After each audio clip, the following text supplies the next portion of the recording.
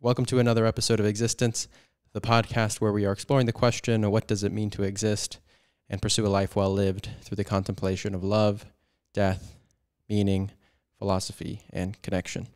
My name is Evan.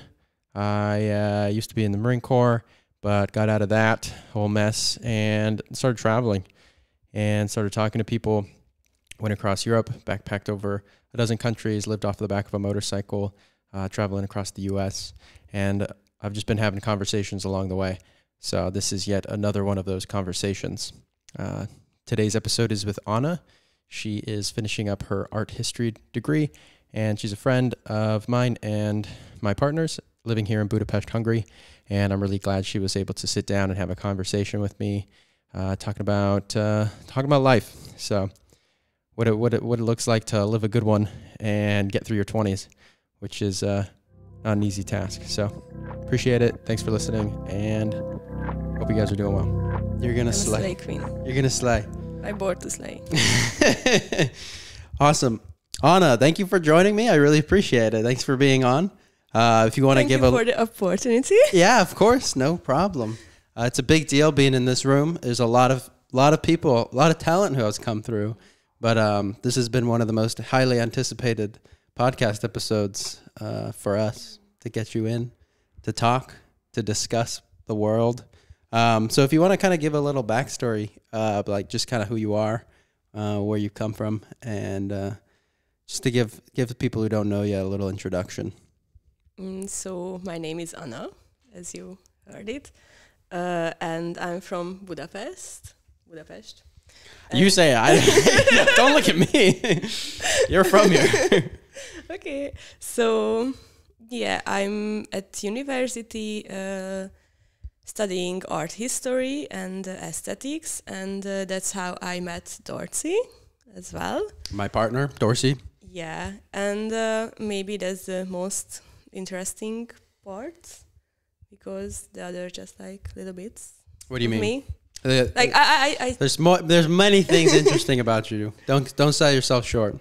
No. I just it's hard to pick what to say about myself. So maybe those are the basics. Yeah. No, for sure. So if anything else comes up, then I just say it. Yeah. Sweet. So how have you been recently? How has it gone for you? Honestly. Yeah, please. Honestly. Well, I have a hard time recently because I have a lot of work and schoolwork to do, and also like being in my 20s, it's not easy as well.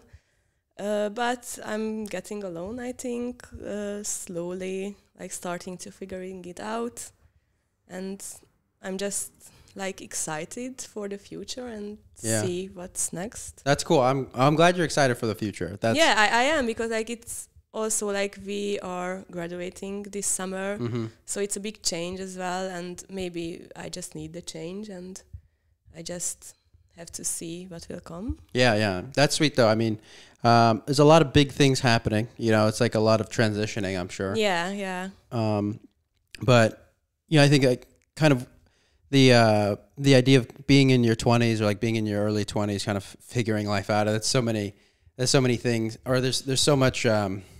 I guess there's people think about that a lot, especially like as you grow in age and you get older, you're kind of like evolving. But also it's maybe much harder in this economy, and like in this exact place as well, like in Hungary. Yeah, I don't know. I'm sure other countries. Yeah, has their hardships as well, but what do you specifically view as some of like the challenges you face in Hungary? Like first things comes to my mind,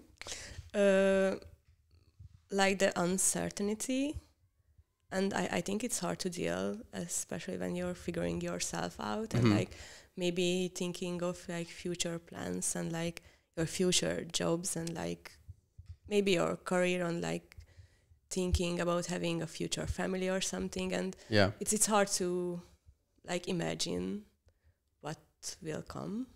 Do you spend a lot of time thinking about the future? It depends, I think. I mean, I don't know how people usually think about the future. But I think it really depends on your mood as well, or your current situation. Yeah. Maybe if you're like, it depends. Yeah. What does it depend on?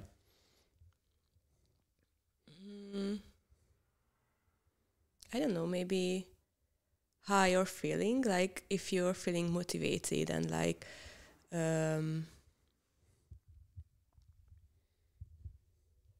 do you say, when you're confident? Yeah. Then maybe it doesn't scare you that much, and you dare to like plan and think more positive. But if you're like unsure, or like a lot of people have like this kind of depressive episodes where it's much more harder to think about how even the next day will look, not even like years later. Yeah. I was thinking about that. Yeah, definitely. I mean, that's definitely tough. I mean, yeah. And it can change within a day. Yeah, how you see yourself later, or yeah. I mean, I think like everyone handles their sort of situation differently, you know. But I think like you bring up a good point of like your confidence in life. Where do you find yourself to be most confident, and where do you find yourself to be least confident? I actually have kind of a theory on it. Yeah, please. For share. myself, I don't know how like universal this feeling is, but for me, like feelings are very, very important, and they makes me more confident, even like sad or melancholic feelings as well, because at least I feel like I have some kind of, not purpose, but like a weight in the world if I have intensive feelings. Yeah. And I, like, it was a few years ago when I was first thinking about this feeling, how even if I'm very, very like sad or maybe hopeless, at some point it like reverse, and this sadness became so like strong, it actually makes me happy that I have such strong feelings. So it makes me kind of unique, and like I just it just helps find my place in the world, and like just gives me a feeling of purpose. Yeah. So I think it can help a lot. Yeah, it's boosting your confidence as well, and like makes you acting as well. Like, okay, I can do things because like I am here and I have feelings and I'm capable of things. Yeah, definitely.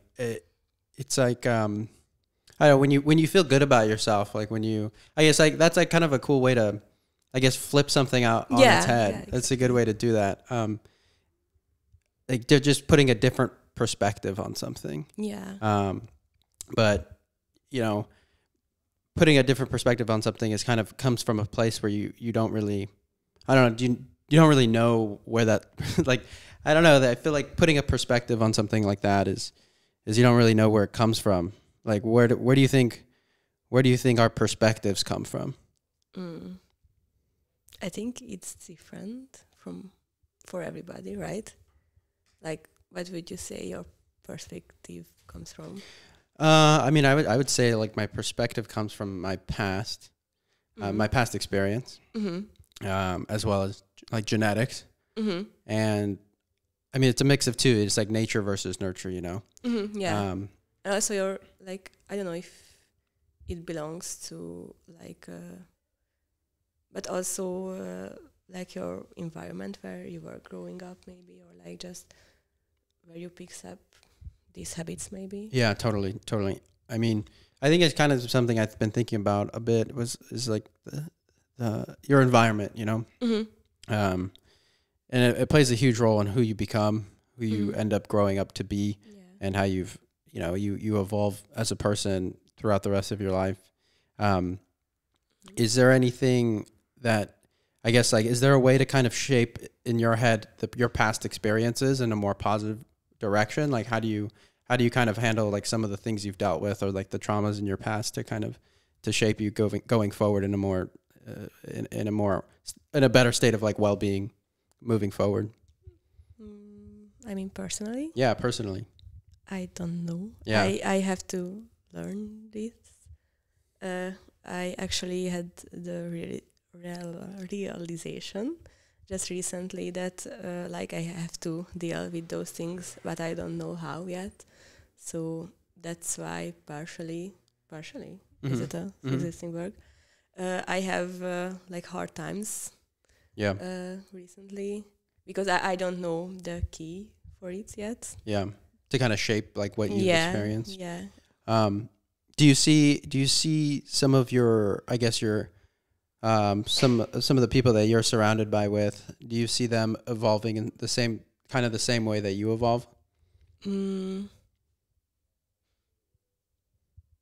not sure if I'm like understanding the question. Yeah. But I can think of my friends maybe because they are very motivating in this way. Like I think I can learn a lot from them, how to like grow up maybe, and like how to be like a better person and like being more inspired.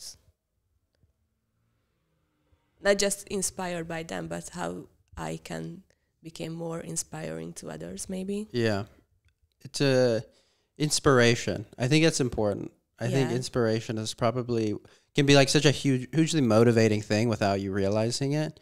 I know, like recently I've been inspired to do a lot of things, which is good because it kind of gets you out of a rut that you've been like kind of you almost like dig yourself in, and you don't even realize that, like, I don't know, I'm not really feeling like inspired, whatever that means. And then something can kind of click in your brain. You're like, oh, like, yeah, I should go do this. And it's a super exciting feeling.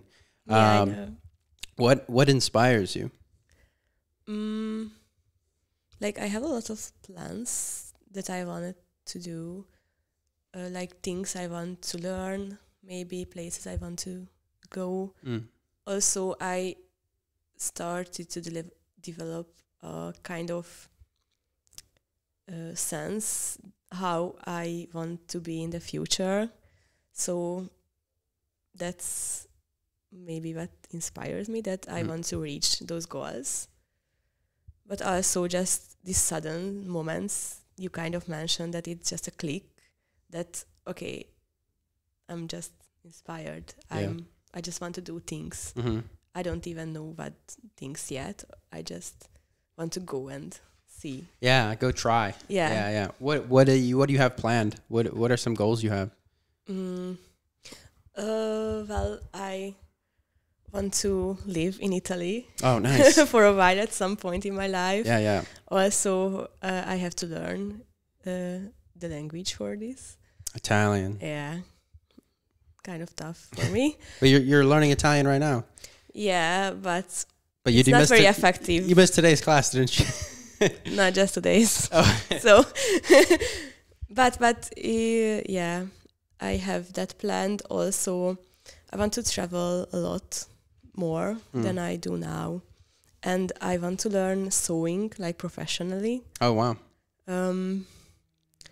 Also, just little creative tasks like maybe paint my room, or like just bead a necklace or something, or even bigger goals. Like I have this kind of visions in my head that maybe one day I'll be a cool mom, and then I take my kids to the farmer's market, and like on Sunday we will watching the sun and like the colorful vegetables and stuff there. So these kind of things which are not even like, you can't really like, they're not really tangible. Yeah. I mean, but it is kind of inspiring to go towards them. Totally. I mean, you're going to be a cool mom who takes their kids to farmers markets. I hope so. But so you mean you consider yourself a creative person, and do you consider yourself a creative person? Is that how you normally would describe yourself? I think I am. I might just too shy to Yeah, admit it, but Yeah. I really want to be, Mhm. or I want to see myself You are. as one. I'm telling you, you are. What makes somebody, what is creativity? What makes somebody creative? Well, that's very hard to define. Yeah, it is. Well, personally, you know, the questions I'll probably continue asking are just these more broad questions. They're not If I'm meant to be thinking answered. of someone who's creative, I imagine them like having a lot of experience in a way that they doing multiple things maybe, or they interested in more than one things, that they can collect information and like use it and mesh them together and like this way creating new things, maybe just even in their head, or maybe even as a creative activity like drawing or something. But it's more in the idea that you are just interested in the word and a lot of elements of it, and you can use that information for something. So like being creative is dependent on creating something, like somebody or something being, I guess, formed in some sort of way, something shaped by somebody or something. Yeah. Yeah. I mean, you can be creative even you're not like a painter or an artist. Yeah. But like maybe just writing a paper about something new or something exciting. Not even new, but like something that's new for you. What is it that is inspiring about creativity to you?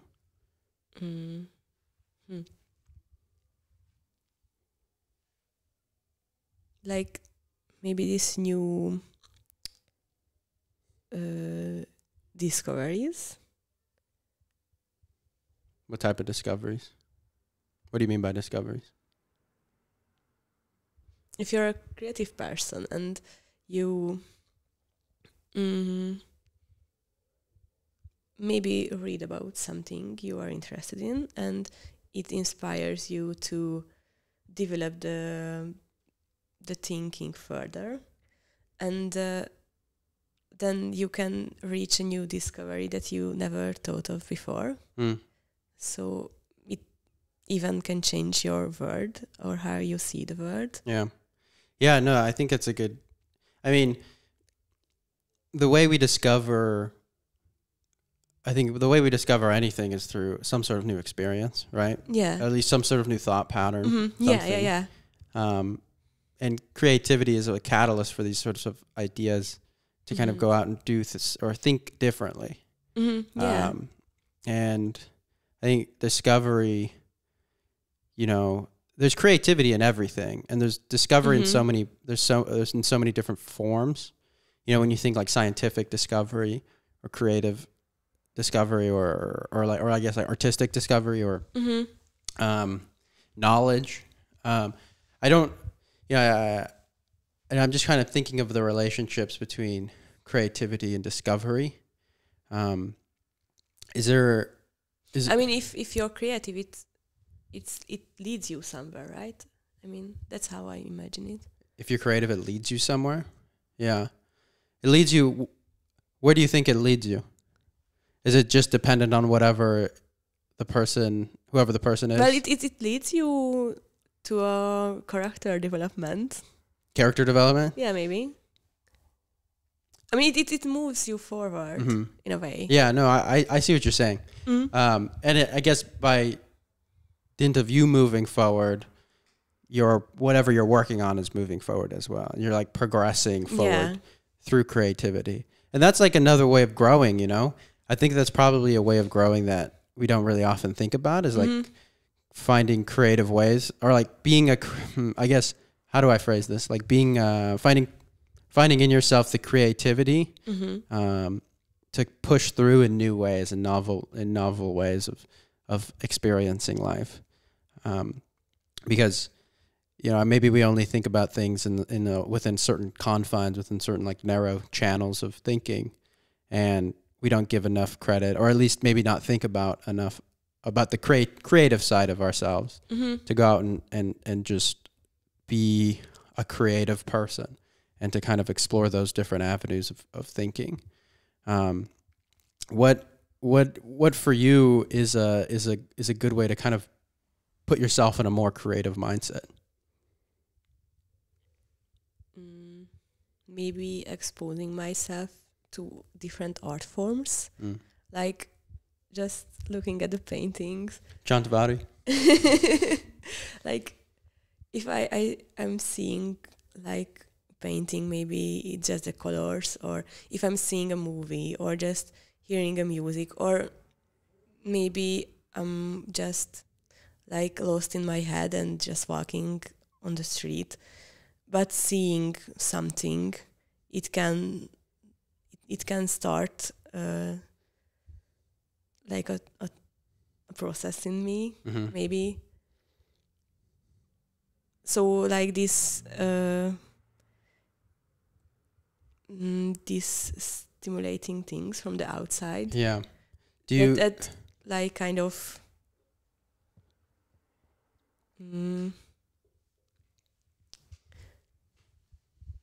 so like sway back and forth? No, that like if you're I'm just imagining myself like going on a street and like I see something that like sways, yeah. Swings. I mean, I don't know how do you? I'm sure. I'm sure you're making perfect sense. I'm just the one not understanding. You get what I'm trying to. Are you saying like describe? You're saying like when you like outside stimulus creates a different like kind of like a swing, like a different type of. Yeah, it directs your thoughts a little bit. Oh, yes. Then it would normally go, and then maybe. Yes. I see what you're saying. Think of something new. Yeah, no, you're totally. From those yeah. No, you're actually I get what you're saying now. It was my own fault. I just don't know this fancy like words. Well, clearly I don't know them either. No, I think that's a good point. I mean, we're walking along some path, and you know, if we're not exposed to something else, we would just be continually walking along the path. And do you think for you, outside, do you pay a lot of attention to outside influences, or do you try to manifest those things, that creativity for yourself? I find that it just happens, like by an accident maybe, or just like I'm not sure if I'm believing in something higher. Yeah, but there are moments when I'm considering it. Yeah. And sometimes I just think of these moments when I'm like noticing something that it's not by accident. It has to do something with me, that I'm noticed it, and I started thinking about it, and that thought process maybe leads me somewhere where I can like discover something new in myself, or just on that way I can look some things I'm thinking about recently in a new way. Yeah. If that makes sense. Yeah, no, it's almost as if things just appear and they're just like, they're so here. I don't think I have like that much control of it. Do you think you have control over the way you think about it, or do you think you just have lack of control over what happened? I mean, I'm sure you have some control how you think of things, because you think of them, but at the same time, your mind. I mean, it's so hard to differentiate. Yeah. You and your thoughts, and and I'm not sure how they are controlled, or if they can control it. Yeah, I think this is one of the most interesting topics. I mean, you think of them, but then again, well, who is thinking of? Who is that? Because when you think about yourself, like, who is yourself thinking of these thoughts? And like, where are thoughts coming from? Like I don't know, you have like, interesting. Yeah. I mean, it's like your mind it's seemingly coming out of your mind, and your mind is a manifestation of your brain. So. Yeah. But it's like a loop where it's like, you don't know exactly where they're coming. Like thoughts just appear, and you don't necessarily have control over what thoughts come, but you can pay attention to what thoughts come. And I think that's where a lot of the insight can come from. Do you have like a mindfulness practice at all? No, I haven't tried those things yet, but I was thinking about trying maybe manifestation or stuff like that. It's very interesting for me recently. Have you looked into that at all? I haven't really. Not in a deep look. Yeah. Was thinking about it, that it could be cool to try it out. Yeah, totally. A manifestation. I mean, I think like anything, if you pay attention to something, whatever it is, it has an influence on you. So, whether or not like it's true that, the crystals by my bedside are going to be giving me, going to bring me love and luck and money, like as long as I charge them by the full moon at night, like if that's true, If whether it's true or not, as long as if I believe it, then I can believe something positive will come out of it, you know? Yeah, and that is true. And it's like, you can take that with sort of like mental, just yourself manifesting, just like positive energy or positive thoughts around you. And that will carry you forward in hopefully a positive direction, because you're giving yourself the space to take like positive thoughts and to pay attention to the positive thoughts. And to give yourself the room to kind of use those to hopefully propel you forward in some sort of positive way. So I think it's interesting. I've never, I think, I don't know. I don't know if I wouldn't call it manifesting, but I do have like intentions, and I set like daily intentions where it's like, I'll just sit down after I meditate in the morning or something, and then I'll just kind of list some of the things I need to get done that day, and then put at the and then just kind of put an intention out there to like be kind, be loving, and like kind of be more of a whatever I'm feeling that day, to like kind of help guide myself in some sort of better state of well-being, which I think is important. Maybe it's controversial for you, but then don't you think it is kind of like restraining your creativity, that you already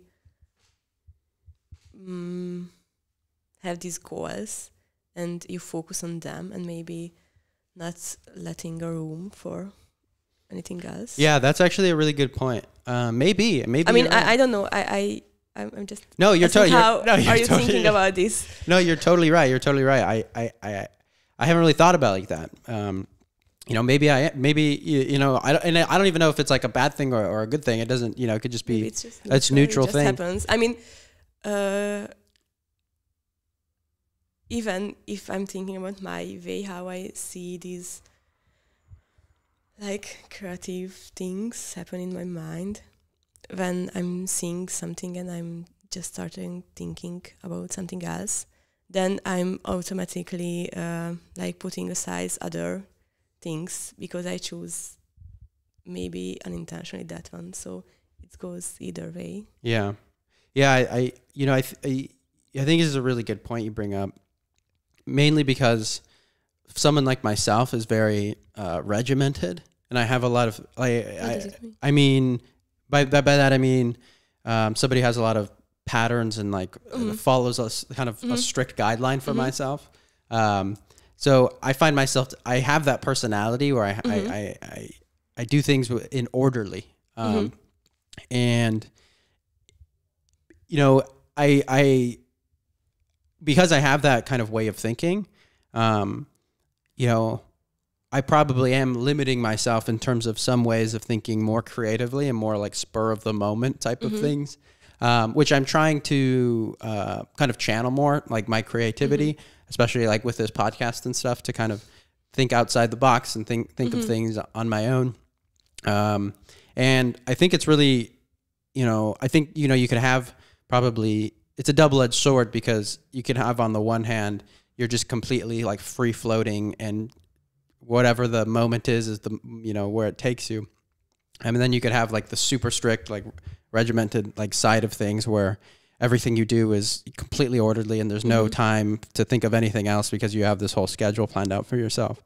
But, you know, I think, you know, I should probably pay more attention to kind of finding some middle ground there, or at least, especially when you're trying to like channel more creative, whatever creative mind you have, to allow some more breathing room for yourself to kind of think outside of your own normal way of doing things.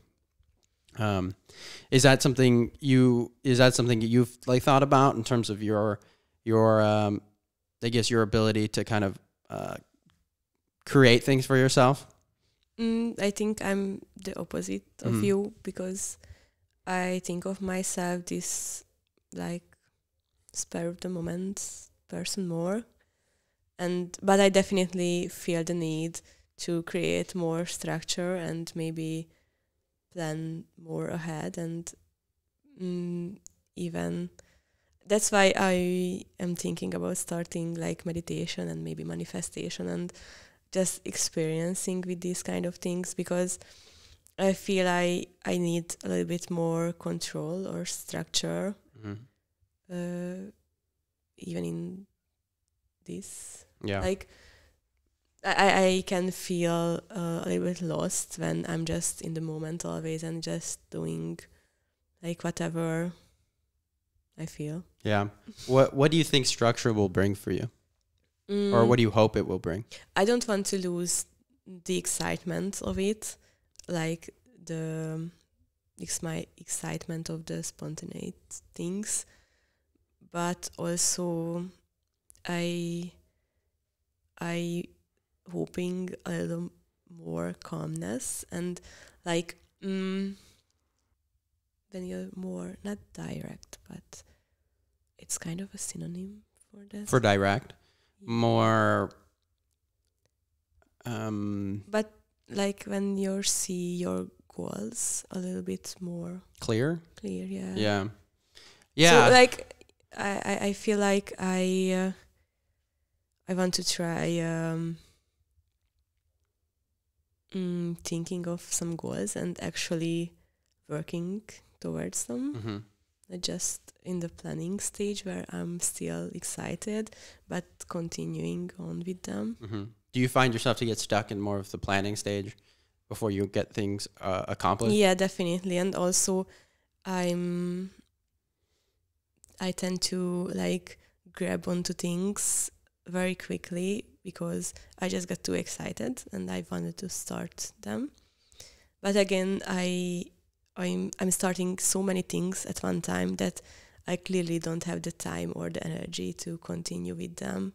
So maybe like making an order or just a little bit more self-discipline will help with that. Yeah, totally. Finding the balance between it. Yeah. Yeah. So I think we're opposite, but we should meet in the middle. Yeah, we got to meet in the middle. That's it's funny because, yeah, you're right. I mean, I find, like I said, I'm extremely regimented and orderly, but I've had to be the person that's kind of had to deconstruct that side of me a little bit, because I know the value of kind of being able to be more creatively free, and being open to things that I wouldn't necessarily have been open to because of this strict whatever it is in my head that forces me to be like this. And so, yeah, I mean, there's you know, there's polarities to the two. There's opposite ends, and you know, it's like finding the balance, it's striking the balance in between these things. And this is something that I was talking about in the last podcast I did, which was like finding balance, you know. Where do you think in your life you find the most balance?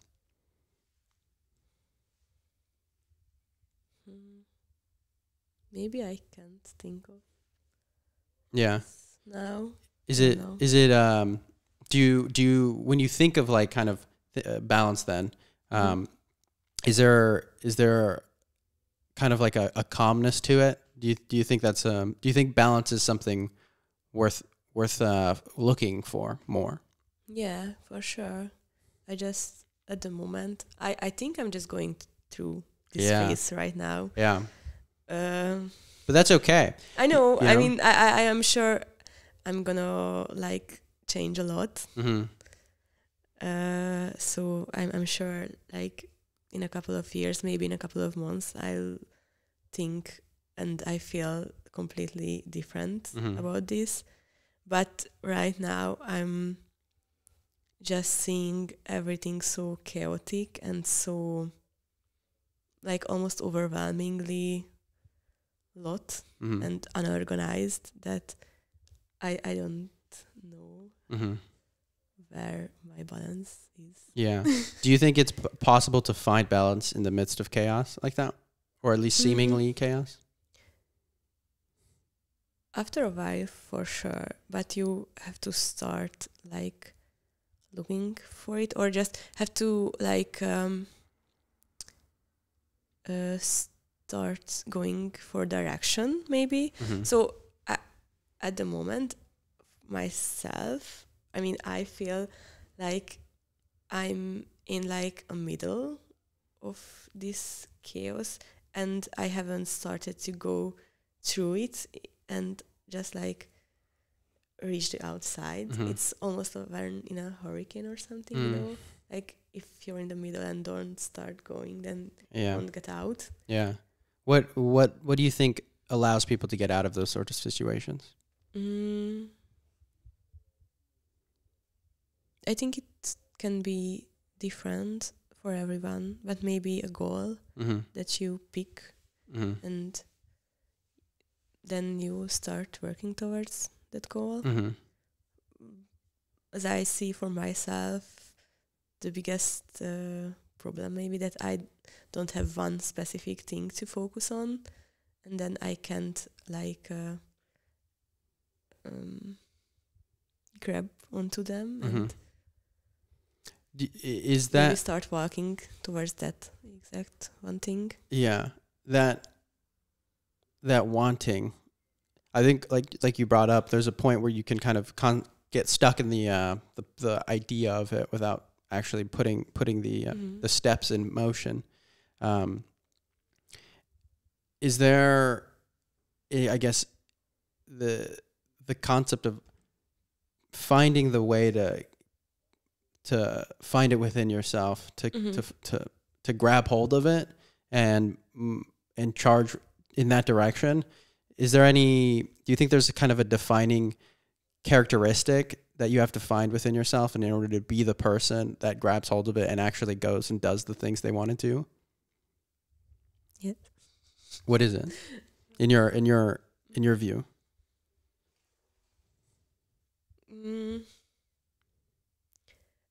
The one thing I'm really don't like about myself recently. Well, you don't have to put yourself down. I mean, I see it as like a weight down, like something that really keeping me from things that I really can't choose from maybe things I want to do, or just like I think in the recent almost year maybe I was known in my friend circle that I am doing so much. Like I have multiple jobs, I am at university, I am these courses and like doing so much things, and I feel I just can't choose and can't prioritize. Maybe if I could make the step and just pick one goal that I'm focused on and really like doing everything to reach it, it definitely could help. But yet I can't let go of the other things to do, or the other goals I wanted to maintain. Letting go of the other goals, that's a really important point. I think we touched it before, that like if you choose something, it automatically like excludes the other ones. Yeah. But you know what? Sometimes that's necessary. Yeah, that's how things work. It just, like, for me, it's really hard to face it and try to avoid it as long as I can. Yeah. But it is not, I don't think it is healthy, and it like burns you out very quickly as well. Yeah, totally. What is it about yourself that you find wants to hold on to all the other things? Like, mostly career things recently, or career things which includes like lifestyle choices as well. Like, for example, I'm working at the restaurant you visited as well, but it ended I think a week ago, but I was working at a museum as well, and these two things hold two different words, like different mindsets, and like even I dressed differently for those two jobs, and I enjoyed both of them, so I couldn't decide what should I like pay more attention and like dedicated more time to, because I felt like I am kind of as good at both of them, so that wasn't like an excluding factor that I couldn't do one of them, but also I couldn't decide which one I loved doing better. So I did both. And then you get burnt out on both of them. Yeah. It's a difficult decision. I mean, as somebody who also struggles with indecisiveness, I do relate to that. I've always been like, even my mom always tells the story of me when I was like a kid going to I'll be at the grocery store in the candy aisle, and she'd be like, all right, you can pick one thing. And I'm like, standing for like 10 minutes, like, all right, which one do I get? It's a classic starting point. point. So I've always been that type of person, and it's carried into my adult life. But I think, at least, just speaking personally, there is, I think if we can start to like realize that,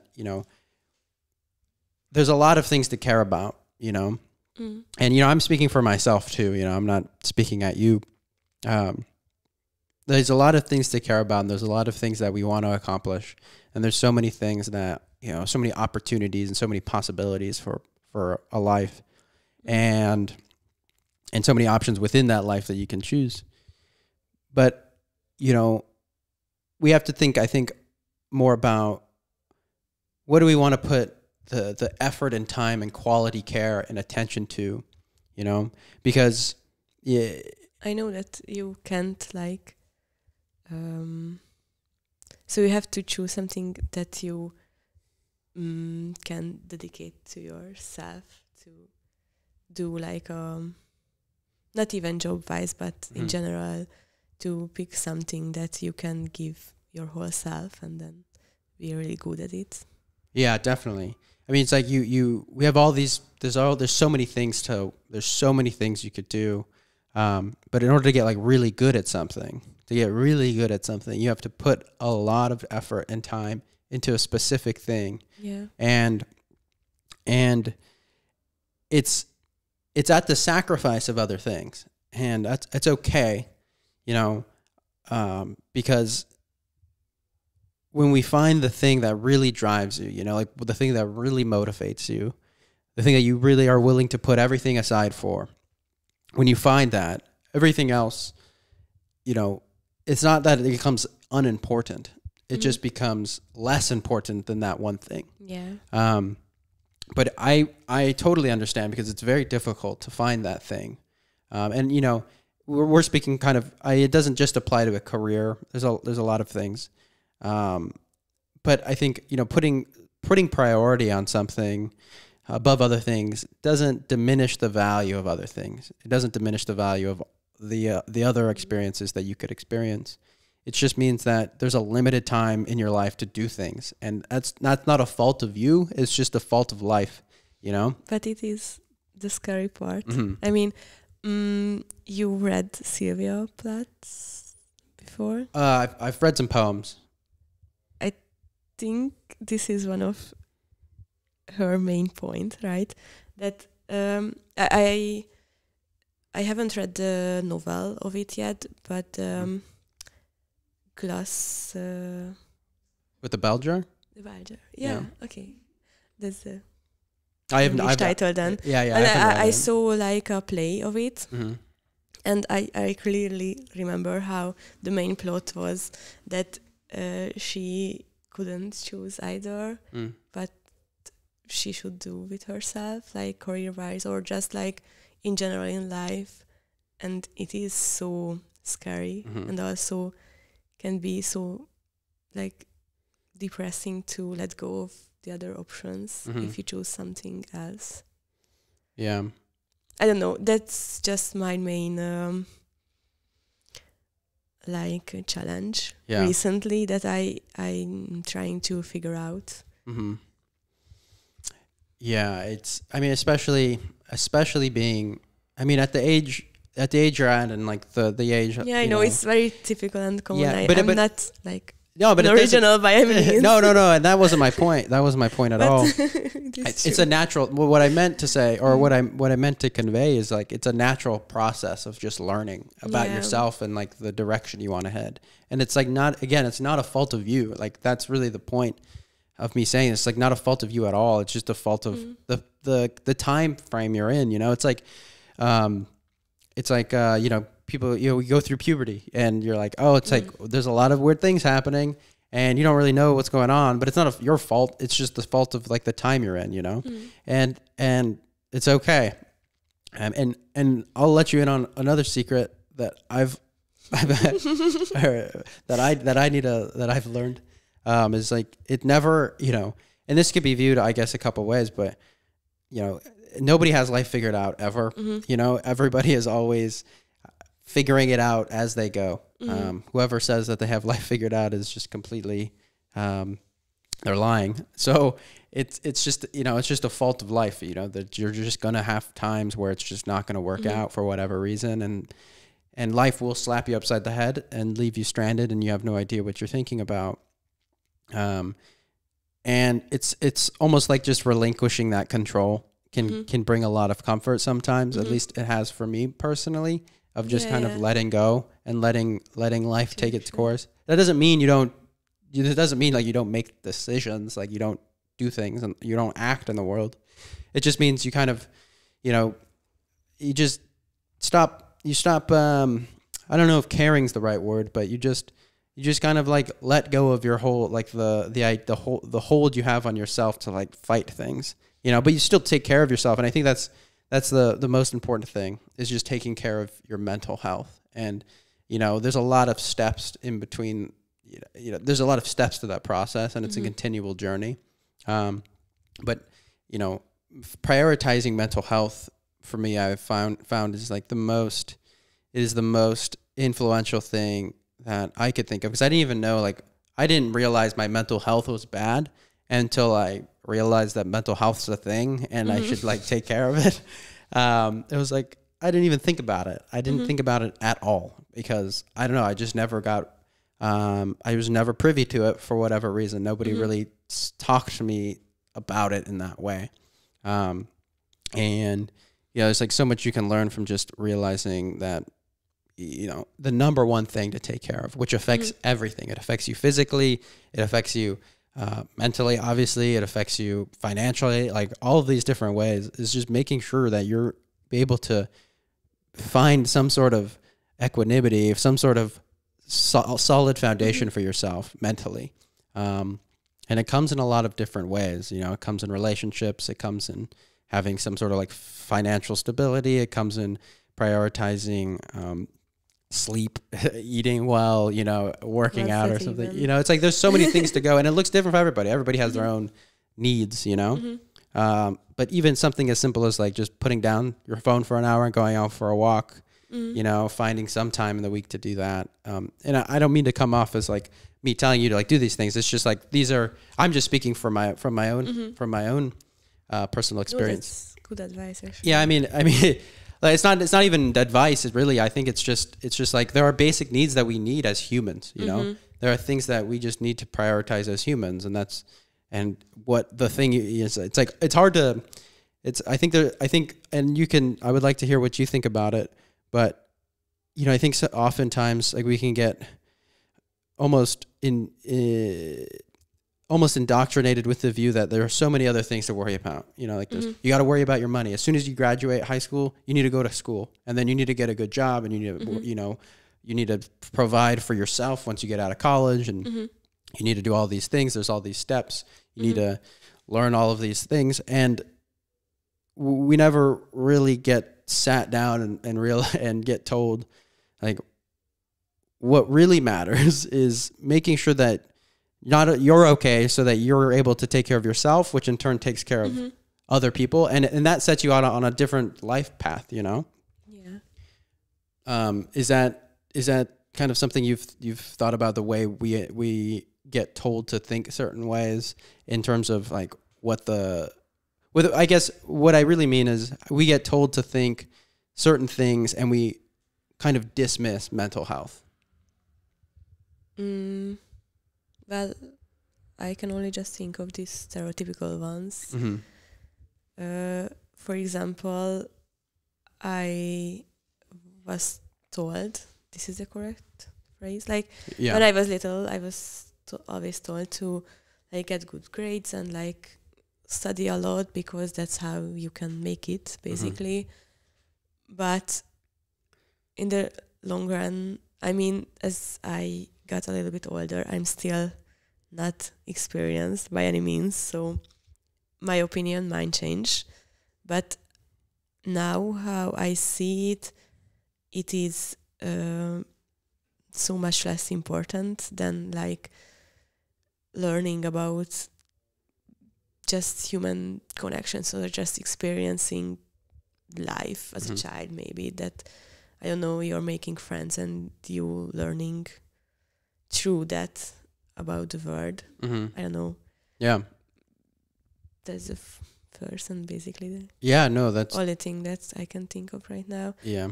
Just these stereotypical like society ones that like society puts you. Yeah. It's not even necessarily the examples that matter. I think the point, you know, I think the larger point is the idea that we're just not told a lot of things, you know, like we're not told. I was just thinking about something that helps me a lot if I'm like get uncertain about these things, like what I'm gonna do after like university or something. That I try to think about a lot how little we humans actually are. Like, what are we doing? I mean, I know it is math. Well, it's a healthy balance how you think about it, but it really doesn't matter at all. Like, what you're doing is not that important that you think it is. And for me, at least, it helps a lot through like maybe decisions or like these grown-up things, like what will I do after college or something, because it is matter in your personal life. But if you see, I mean, if you try to see it like the whole big picture, like one maybe bad job or one missed year or something, it really doesn't matter that much. I don't know. Yeah. And like you said, it's a double-edged sword. You can kind of think about it one way and it may be comforting, and then you can think about it another way and you're in an existential crisis. Yeah, I know. But it can help a little bit. Yeah, definitely. I think it can help a bit I think it can help a lot if your mind is oriented to thinking that way. But also, you know, you have to be careful not to lead that into a destructive way of thinking where you're like, I don't matter and nothing matters, and you just turn into a nihilist, and then you just, I don't know, you ultimately just like lay down and die. Like there are things that goals. Yeah, goals. No, I mean, like, I think I often try to reflect on the concept of meaning, you know, and meaning, you know, we can get lost in the idea of what it all means. Like, what does it mean? Nothing. We're so insignificant on this little rock and hurtling through space. Like, I understand it, but at the same time, all we can experience is this. All we know is experiencing existence through the lens of what it is for a human, and the world is the existence is actually so insane that we actually just don't know what's going on. We really cannot comprehend it fully.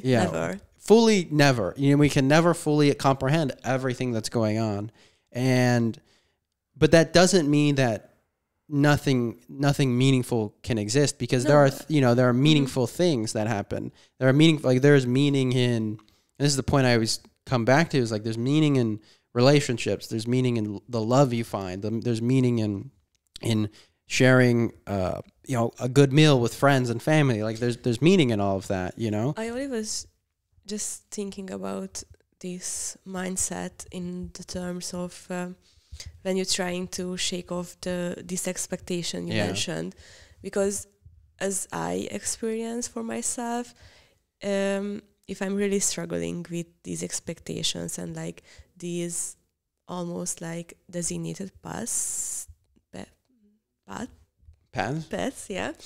I have to take, like because of the society or my parents or I don't know whose expectations, then it really, if I'm thinking about how like small I am in terms of the universe, maybe it really helps me to realize these everyday moments, what are really the key if you wanna maybe try to find balance as well. Like you mentioned, these everyday moments that brings joy. That's a really good point. I think that's a beautiful point as well. Because you can like shake off this hard and like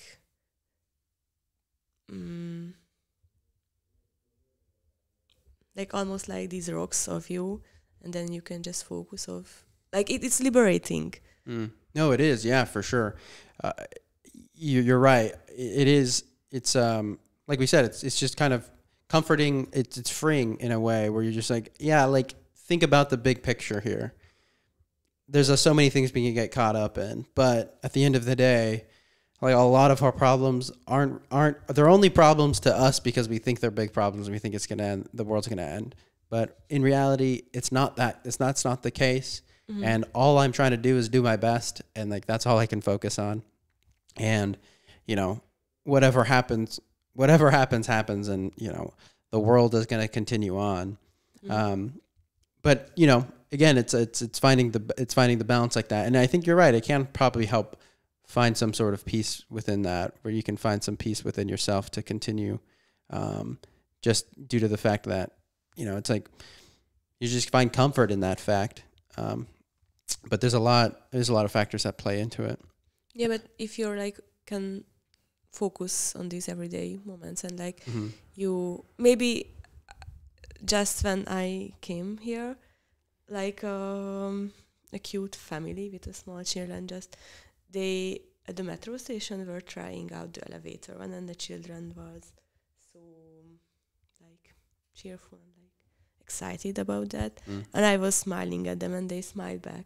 And these small moments can really like motivate you also to maybe do better, or like it also in a weird way gives you a meaning, like okay, maybe I gave them some nice moments as well. Yeah. So no, that's beautiful. That's the point. Yeah, no, that's beautiful. That's a good point. It's the small moment. But if I were thinking about how I had to write a thesis like by tomorrow, then I couldn't focus on that small thing that happened. Yeah, for sure. But you're done with your thesis? Yeah, it was just a good example. It traumatized me a lot. You're like, it's over. It's done. Thank God. I can't stop still thinking about it. Stop thinking about it. You're done. So I kind of want to switch topics a little bit. I always get, you know, I mean, it is naturally, it's a podcast I host, and I'm always talking about things that I like to talk about. But I need to think about the guests more, you know? Oh, What is a topic that you love most to talk about? Maybe people and like People. the connections and relationships between them. Great. Yeah, that's a great. I mean, that's topic. why I was so excited to be in Great. the podcast, because I know you guys like to talk about these stuff too. Yeah. What about people interest you so much? Well, how they are thinking and what they are feeling, because that's one thing, that every one of them is so different and like unique, and it is so different how they see the world. Like, we see the same world, but we experience it so differently that it is completely, I don't know how many people are they recently in the world, but 8 billion. we have that many yeah. world existing as well, and how they are, these like views connected, and like basically that's really fascinating to me. Yeah, it is fascinating. Everyone can have a completely different. You can look at the same thing 1,000,000 times by 1,000,000 different people, and they could all take something different and out of it. It changes even with time within the same person as well. So it is a lot of variations. I don't know. It's just like a beautiful concept. Yeah, it is. And also like scary and interesting and something like I don't know. It just worth thinking about and talking about. Yeah. What is it? What about variation do you find most beautiful? Like having a diversity in people.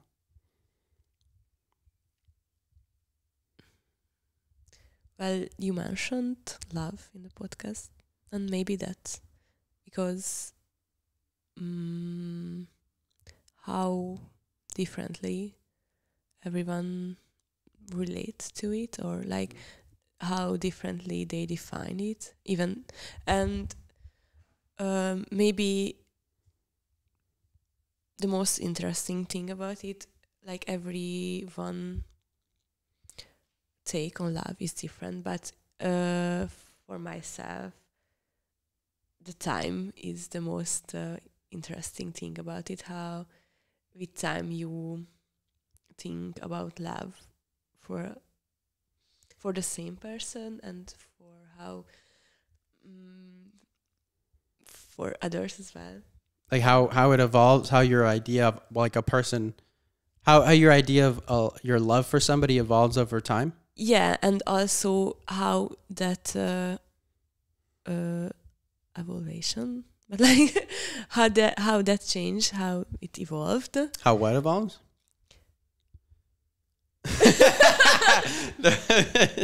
You're good. Just, no, you're totally good. You're totally hard to like make sense in English, but you're making perfect sense. I'm telling you, I'm just the one who's dumb. So like, you find someone, like maybe a romantic relationship, to love, and how the time passes, this love always changing, because like the things happens with you, and like happens with you together, and how you grow and how you experience these new things. But how this like timeline is going on, also these new experiences like changes the way how you perceive new people in your life. Like how you like just make contact with new people through those experiences you already experienced. So it's like multiple layers in one. Yeah, that's a really good point, actually. Yes, I understand exactly what you're saying. How your experiences with other people shape the way you experience new people that you meet in new experiences. And like and vice versa. Verse both ways. Yeah, no, totally. How other people's experience affects, I guess, the way they interact with you. Yeah. Yeah. No, yeah, it's a butterfly effect, like anything. Yeah. You know. And but if like you like to like monitor yourself, or like just be intentional about your feelings, maybe, or just like to like keep in touch with them. I don't know. Yeah. No. Then, then it is so interesting to look these look this timeline and like you know, see the experiences. Yeah. Like reflect back on the experiences. Yeah. No. The idea of time, like we're always like moving forward, and all of our experiences, everything like that is now, whatever the present moment is, whatever presence is, it's all some sort of concept of the past. Like it's all made up of something, or at least your memory of what it is. And this is where it gets really interesting, is like trying to define the presence. Like what is presence? Because as everything that is passing, like we can't define what is now, because what is now is already past. You know, it's like whatever is now, you can never catch up to it, because the words are already fleeting. They're already not here. That moment is already not here. And when you apply that to relationships, when you tie that to people, you know, all of our experiences of others are based on this concept of them that we've experienced in the past. Yeah. And they're constantly being shaped by what's happening now, and then they'll move on, and then that becomes the past for them. And so like different pasts become one present, you know? It's like I know what you mean. It's and they strange. are connected in a way. Which way? Like how do you think they're connected most? What connects them?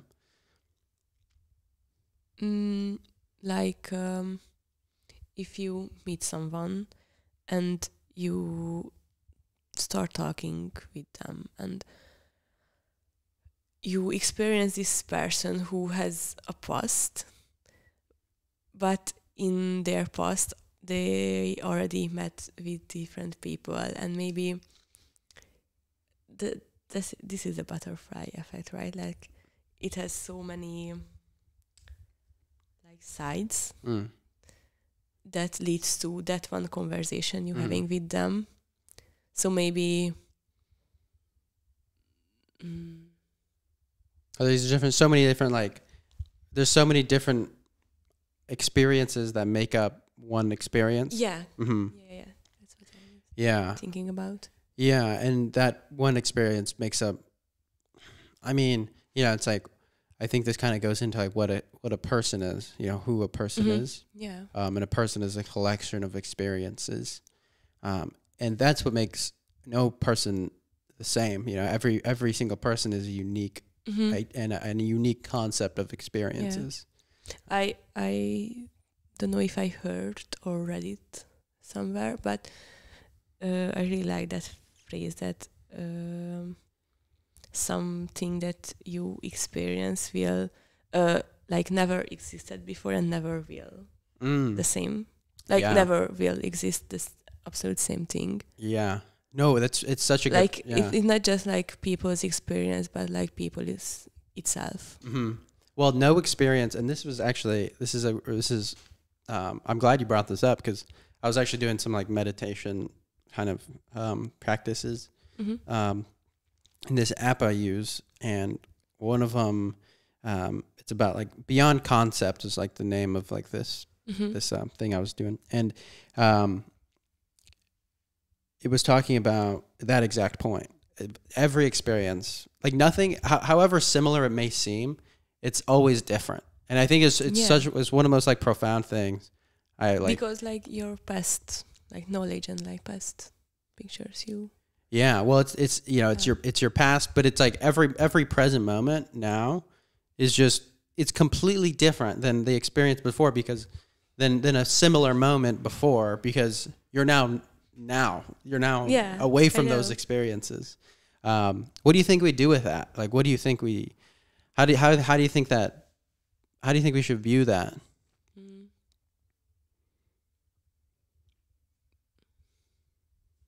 I mean, it's maybe impossible to keep in mind always because you just like get caught in the moment and not you can't just think about this concept constantly. But if you do, I think it really gives you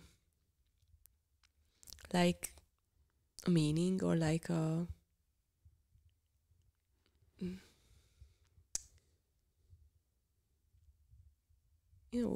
like this like gracious, like gratitude. Yeah, maybe like in your attitude as well, like it's like evolve, not evolve. I'm thinking like maybe it gives you perspective. Yeah, as well, but also makes like these meaningless moments a little like celebration. I see what you're saying. It makes it a little more meaningful. Yeah, maybe I'm just drinking my coffee in the morning and it's nothing special about that. But if for any reasons I'm thinking about, oh my God, it is actually never happened in the universe ever before, then it makes me feel like powerful and unique, and like it is a cool thing to drink my coffee in the morning. Yeah, no, you're right. And it's like really shapes your day then. And maybe you forget about this feeling later because your day just goes on, but in these moments when you think about it, it is beautiful. Yeah, it is beautiful, and you're making a great point. It makes the mundane special, because what is special about it is the fact that there is, it's never happened before. This is your first time and the only time. It's the only time ever that this will happen. And so appreciate it, because this is all there is. And, you could take that as your life, apply that just to your life in general. Yeah. This is the only time that your life is going to be here. You are experiencing this.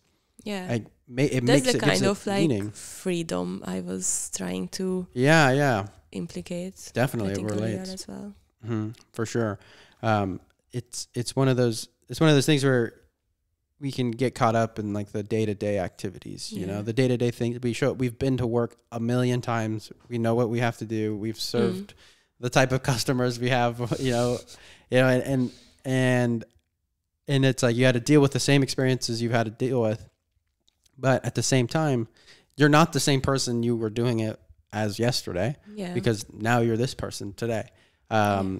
You're right. And I think that's where the importance of having a diverse amount of experiences might come in, because then you could start to realize that, it's not, you haven't been just doing the same things every day. Like you've had other experiences in the meantime to collect from. If you're constantly just going to work and to school and then back every single day, and then you only do that for 5 years, and then like you don't go out and maybe do other things, I then think you could fill. Have to have, I mean, you don't have to, but it definitely helps to have like multiple outside stimulant and like things that that shapes you, like different kind of people, different kind of like free time activities or just things you do. Yeah, it gives you. It gives you just something to because if you're on. just like closed in your own mind, then you can't really like grow. You have to be exposed to things that you can also build on. Yeah, no, you're building on them.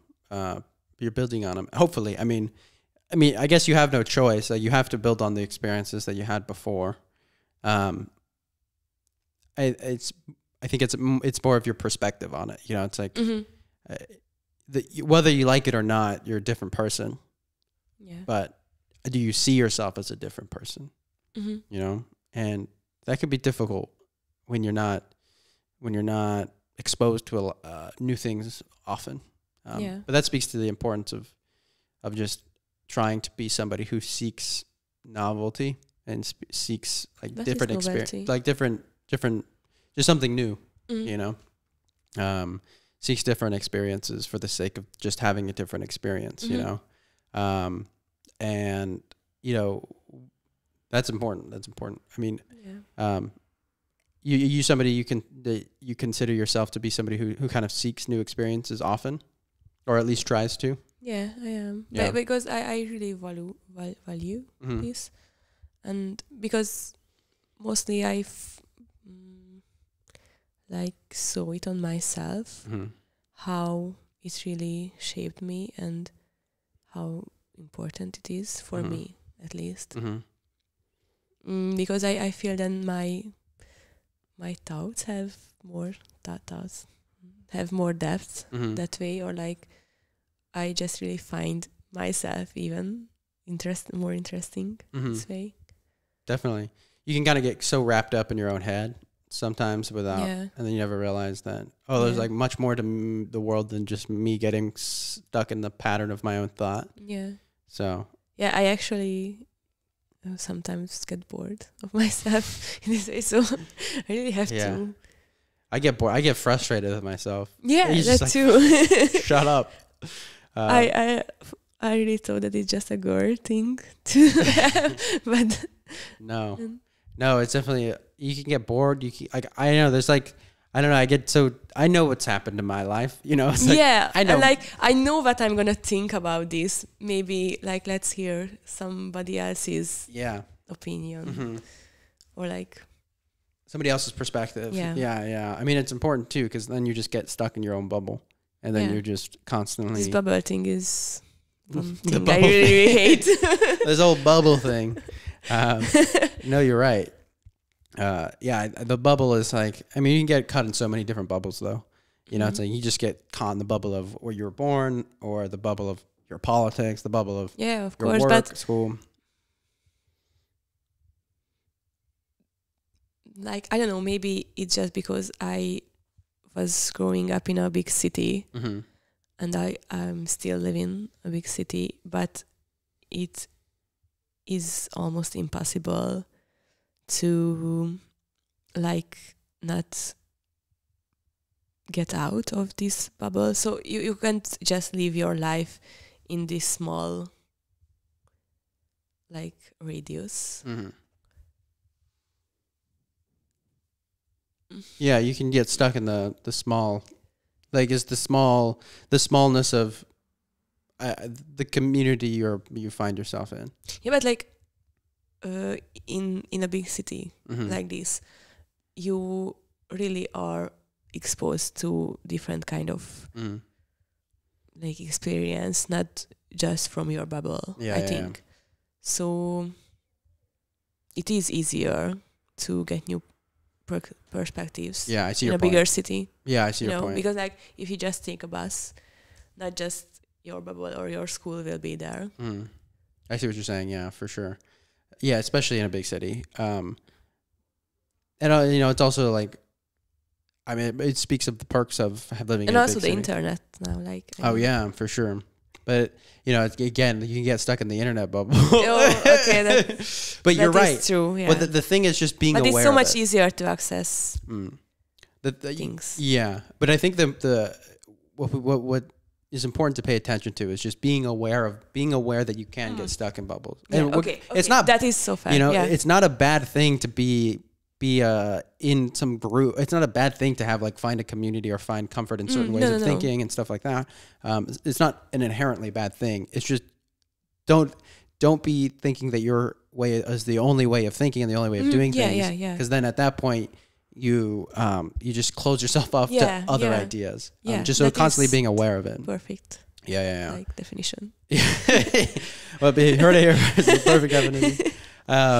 No, yeah, it's a great point. I just thought of a podcast idea maybe for myself that I just should do like definitions. Just definitions of things. Yeah, semantics. And maybe like different word view definitions. Like how maybe words. How different people see the meaning of different maybe more exciting words. Yeah, that's a really good idea. It's a really good idea. It's funny because we actually talk about that with Dorsey. Is like we constantly get stuck in the we'll be discussing something and then we'll get stuck in the semantics, like the meaning of words of things. Yeah. And you're just like, what we're like losing track of the actual conversation because we're like diving down like the whole of like, what does this mean though? Like, what do you mean by books? That's like, one thing I really interested in also, that how like people even from the same country with almost the same background and like with the same mother tongue, how different each word can mean for them. Not even like talking about like different backgrounds, like different countries, different other languages. Yeah. So that is a really interesting point about people connecting. It is really good. Like if I'm saying something, you are gonna be thinking about something entirely different, even though the meaning of the word is exactly like it is obvious for both of us, but because of your own experiences and my different own experiences, we like in our head something very different little picture will come out. Definitely, yeah. And just being aware of that too for other people, so you're not like, it's cool to think about because everyone thinks about something different, but then just being aware that you're also the only one, like you might just be somebody who thinks about this like in your specific way, so not to discount other people's way of thinking. But really good idea actually, just talking about just definitions of things. That'll be the next time you're on the pod. We could just dive into that, and you could borrow my equipment, start a podcast of your own. Maybe you can like teach me how to use it because it seems so confusing. It's really not bad.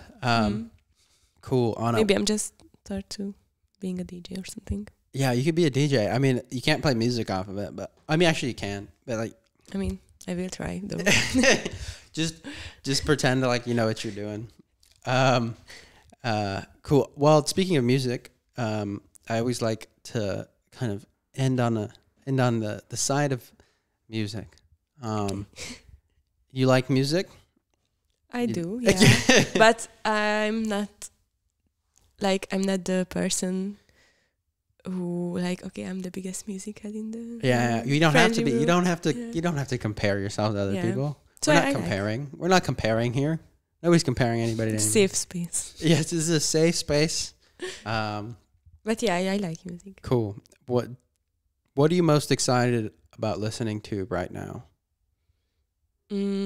I just found a song today. Oh, really?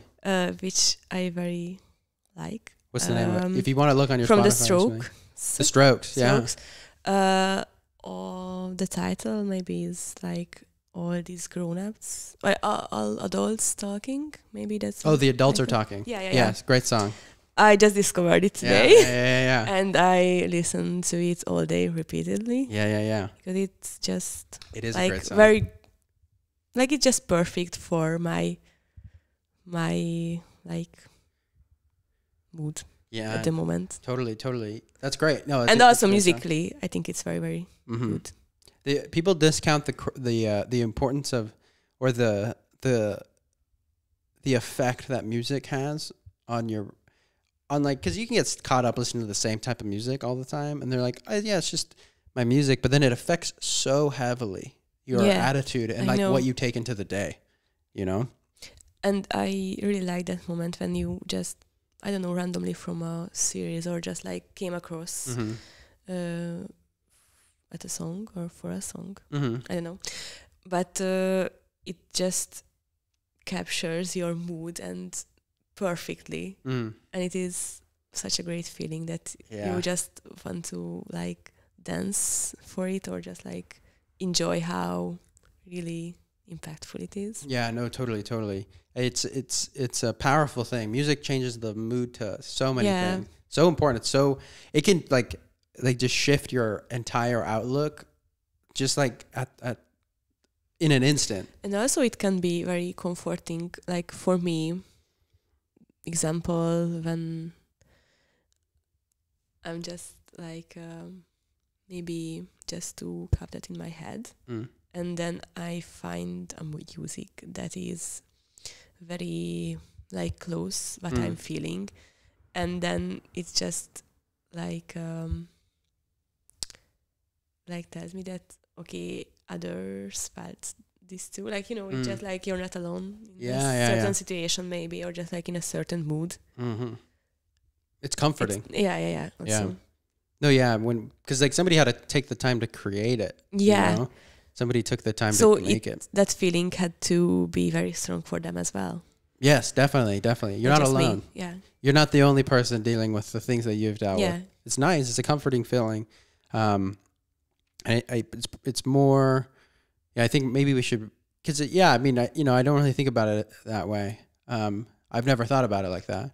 And that's a cool way of thinking about music, is the way that other people the way they've created it, and why it resonates with you so much is because that they've felt the exact same way that you felt, you know? Especially when I'm in my like sad heartbroken and girl era, and then I find this music and like, oh my God, okay, it's romantic that I'm sad about a boy. It's so nostalgic too. Yeah, also. Yeah. A song comes on and you're like, oh, like I remember this song when. Yeah, that summer.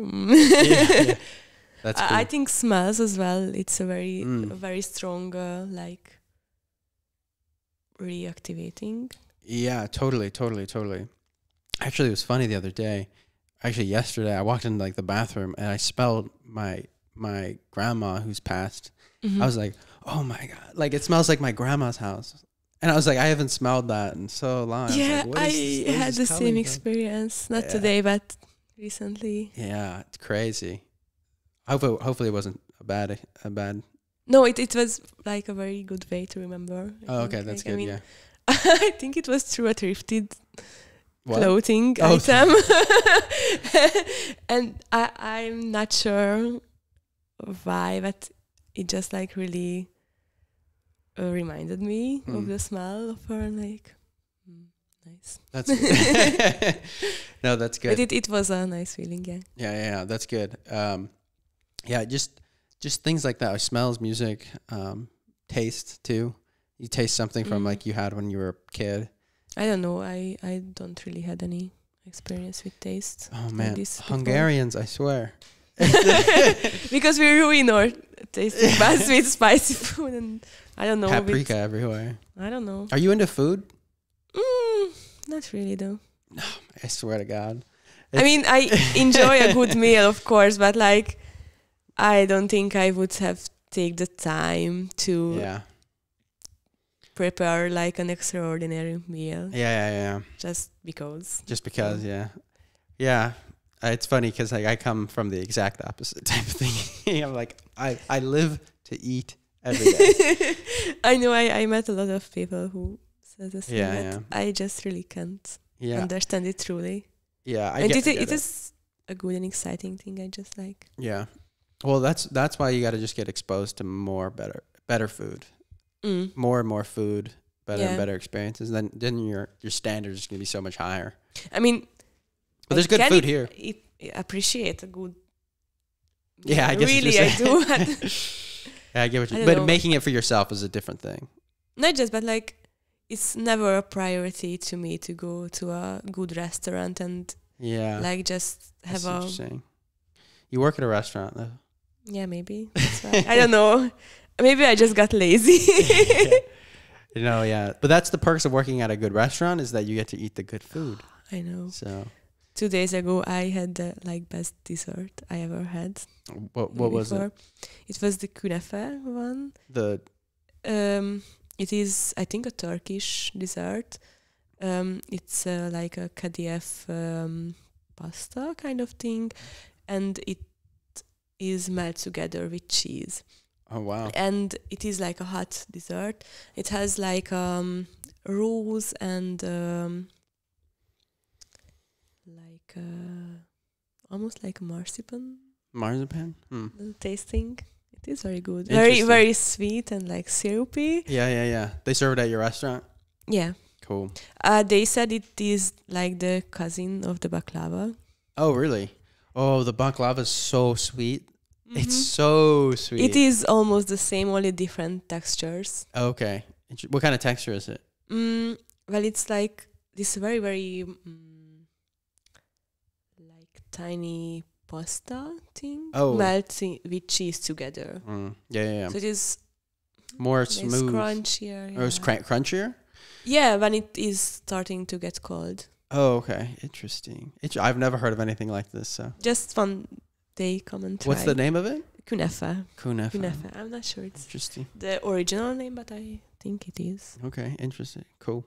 Do you have any other any other music recommendations you want to shout out for the good people of the podcast, or is that that's I never can tell my favorite artist you don't when have to tell it's your asked favorite. to. You don't I know. have to give your favorite. I just like, even if they are asking about my favorite film, my mind just go blank and I can't remember anything I ever saw or heard. Yeah, name a movie. I really can't. So yeah, no, I feel you have to listen to the Strokes. Yeah, the Strokes. Listen to the Strokes. They're great.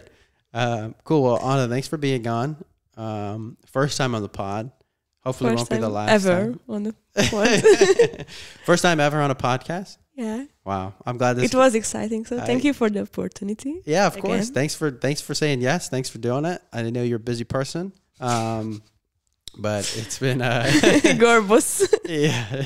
No, but it's been good talking to you. I enjoyed your perspective on things. You're a very smart person, and I knew that this would be a good conversation to have. So appreciate it. A good conversation. Thank you.